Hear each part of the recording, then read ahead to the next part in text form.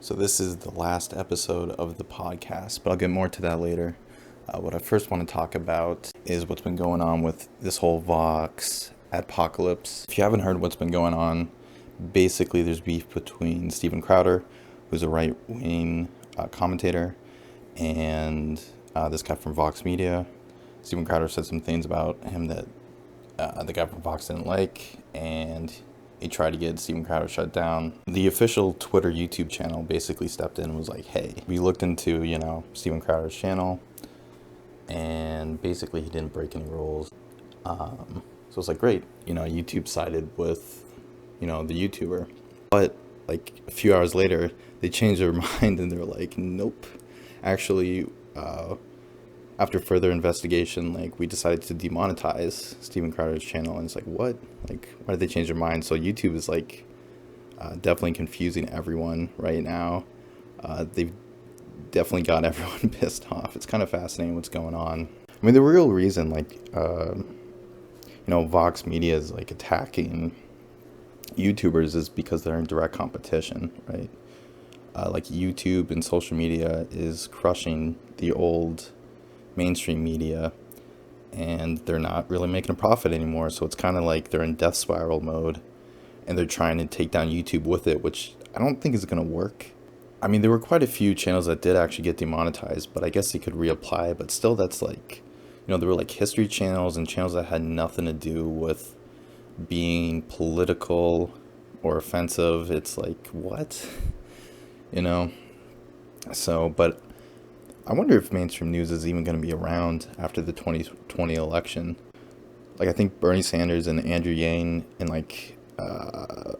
their town halls, they were kind of saying how people don't trust the mainstream media anymore. On a town hall with the mainstream media, and it's sort of that's kind of, most people don't really trust them anymore. Back to the Vox thing.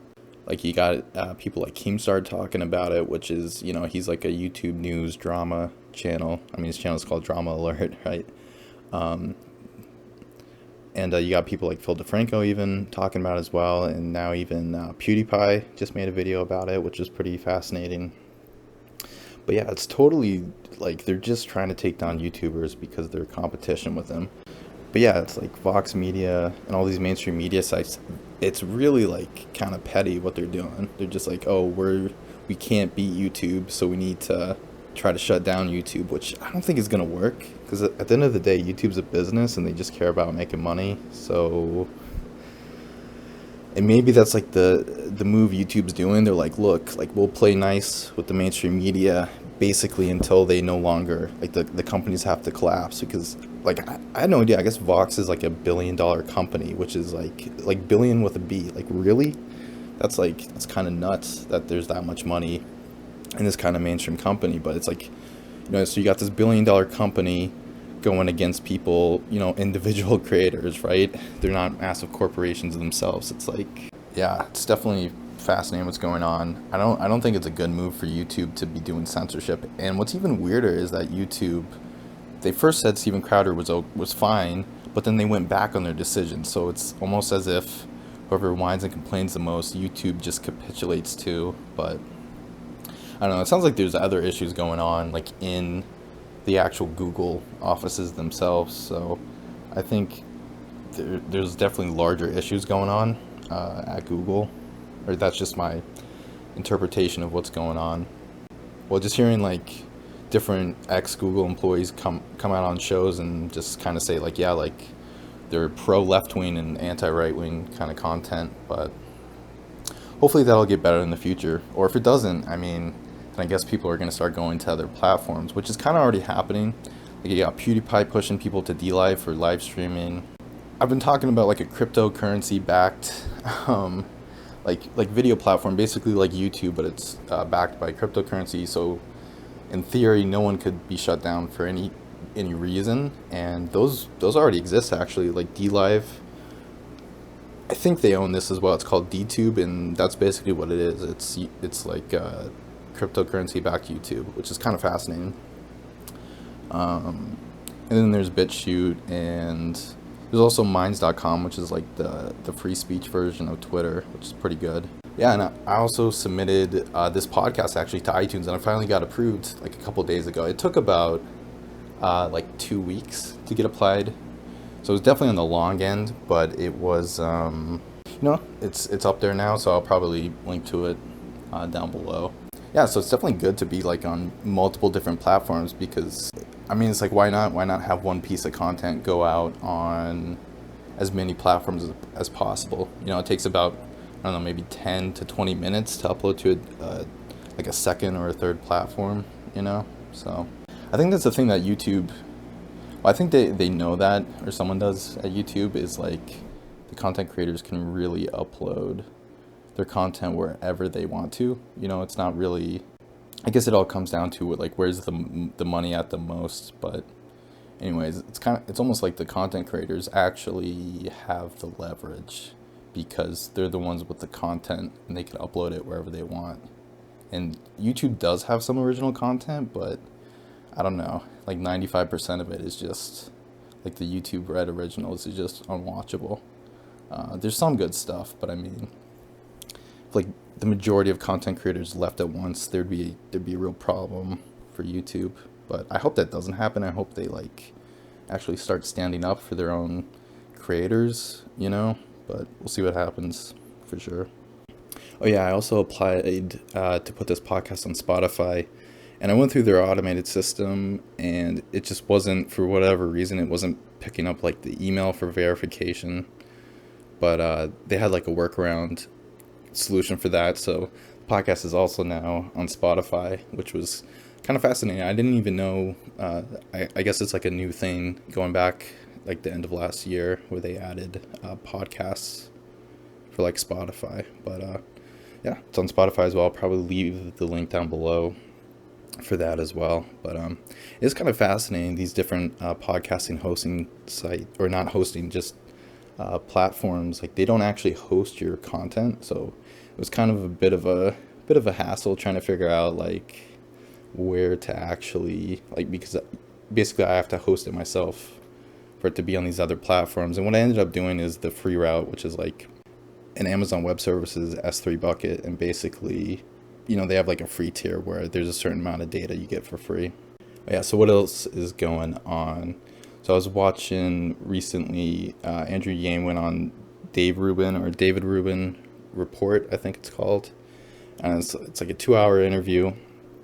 I'm halfway through it right now, and it's pretty interesting. Sort of, it started out definitely different than most other interviews that have been done with him, which is good for someone that's watched a bunch of Andrew Yang interviews, because it is a little bit different, a little bit more detailed. And that was kind of interesting, just hearing Yang talk about his entrepreneur experience, and like he went to law school, got a job at a law firm, and he told like a story about how he got called like 6 p.m. on a Friday, and he said he knew if he picked it up, like he was gonna have to work all weekend. And basically after that point he realized like, oh, like I should probably get a job that I actually enjoy doing, as opposed to one that I'm not looking forward to do. So that was kind of fascinating to like hear him talk about the entrepreneur side of how he got started, and all the different businesses that he tried, and that a lot of them failed, but then eventually he kept trying and succeeded. Yeah, I'm excited for the end of the month when the Democratic debates are going to happen. I think it's like on between the 26th and like the 28th. I don't think they've picked the final day yet, but I think this could really be a game changer for a lot of the candidates. It's really like, if they do well at this, this can really set people apart and can kind of make or break a campaign. I mean, I think there's like 20 something people in the race right now, so be curious to see if some people do end up dropping out after the debates. And it's kind of interesting, like when Biden announced, he like peaked, but then now he's kind of like, I guess his strategy is just not to do a bunch of press, right? Well, I feel like just the press in general for interviews is kind of slowing down. Yang's still doing interviews, Bernie's still doing interviews. Even like Warren went on like the Breakfast Club, so she's starting to do interviews now. So it looks like the taxes on Mexico are not going to end up happening, or the tariffs on Mexico are not going to end up happening. and Trump just tweeted it out, you know, late on Friday, basically saying like, we reached an agreement with Mexico, and we're not going to put tariffs on them, which is going to be a good thing for the markets. But yeah, I think Mexico sent like 6,000 troops to the border, which is kind of fascinating. That they like actually sent like troops to the border to try to help out with that. I'd be kind of interested if Trump like turns this into like Mexico actually building a wall like he kind of ran on originally, which would be kind of crazy if he actually pulled that off. If he actually got Mexico to pay for the wall or like build a wall, because it'd be cheaper than dealing with the tariffs that he wanted to impose. But I mean, I think the real reason Trump imposed them was because he actually wanted the car manufacturers in Mexico to move back to America, which I guess would only happen if there was high tariffs on Mexico. So just because labor is so much cheaper in Mexico. I don't know, it'll be interesting to see what's going to happen with that. And like the jobs numbers just came out on Friday as well, and they were terrible. They were expected to be 150,000 new jobs, and it was like 180,000 new jobs. And the actual number that came out was 75,000 new jobs, so like less than half. It's like, yikes. But the economy spiked because I guess the theory going around is like people now think that the Fed's going to cut interest rates. So that's being priced into the market right now. So I don't know if that's a good sign if like on bad news the market's going up, because that means that interest rates are going to get cut. It's really kind of fascinating just following that whole financial market kind of world. And I myself, like, I'm getting into, I'm learning more about stock trading, option trading, and the whole thing. Placed little trades here and there, but nothing too big yet. Still definitely just learning a lot more. Made some mistakes, definitely because I'm, basically just kind of learning in the past few months or so, but like anything, it's like the more you do it, the better you get. So it'd be definitely good a good skill to have, to be able to, invest money and make good returns on it. So, but yeah, I think that's pretty much it. Thanks for watching. Subscribe for more content like this.